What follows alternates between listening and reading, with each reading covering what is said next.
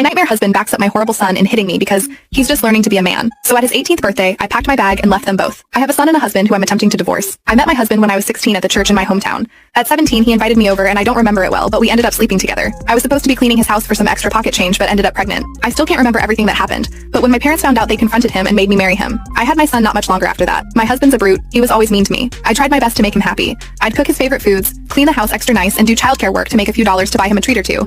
But if I made one mistake he didn't like, he'd hit me. I used to cry to my father about it, but he'd tell me it's my punishment for having premarital intimacy. I'd ask my father what my husband's punishment was, and he'd say, his punishment is having to settle for you. I don't think I ever recovered from that. Before anyone asks about my mother has always been kind of out of it. She's been on medication since I was a child, and she's kind of like a zombie. She doesn't talk much or do much of anything unless my father says so. The hitting got worse, to the point where I wasn't really allowed to leave the house, or if I did, I had to wear makeup or else my husband would think I was trying to get him in trouble. My son grew up watching this. I've heard stories of kids hating their abusive fathers, but my son loved his father more than he loved me. I never wanted my son to hate his father, but he started acting out, and eventually